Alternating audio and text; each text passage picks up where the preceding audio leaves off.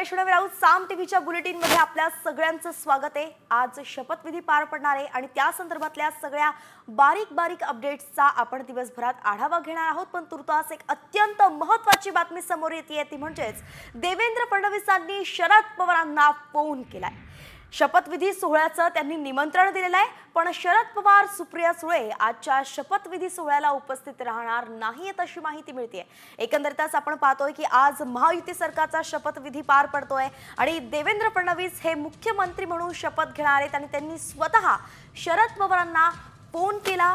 शपथविधी सोहळ्याचं त्यांनी निमंत्रण दिलंय, परंतु शरद पवार आणि सुप्रिया सुळे जे आहेत ते आजच्या या सोहळ्याला उपस्थित राहणार नाही अशी माहिती मिळते।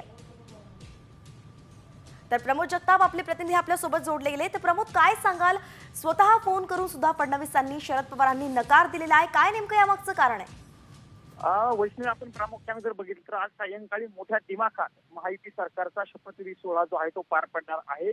देवेंद्र फडणवीस राज्याचे मुख्यमंत्री म्हणून शपथ घेणार आहेत आणि त्यासाठी त्यांनी निमंत्रण देण्यासाठी जे मोठे नेते आहेत त्यांना स्वतः फोन केलेला आहे। जी माहिती मिळते त्या माहितीनुसार राष्ट्रवादी काँग्रेस पक्षाचे अध्यक्ष शरद पवार यांना देवेंद्र फडणवीस यांनी फोन करून सोहळ्याला उपस्थित राहण्याचं निमंत्रण जे दिलं होतं। मात्र सध्या संसदेचं अर्थसंकल्पीय अधिवेशन दिल्लीमध्ये सुरू आहे आणि त्यासाठी शरद पवार जे आहेत ते सोमवारपासूनच दिल्लीमध्ये आहेत।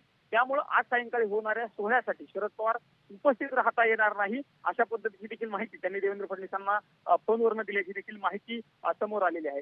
देवेंद्र फडणवीस यांच्यासोबत शरद पवार यांच्यासोबत आपण प्रामुख्याने बघायला गेलं तर सुप्रिया सुळे या देखील दिल्लीमध्ये उपस्थित असल्यामुळे दोनही राष्ट्रवादी काँग्रेस पक्षाचे महत्वाचे नेते आज सायंकाळी होणाऱ्या शपथविधी सोहळ्यासाठी उपस्थित राहणार नाहीयेत।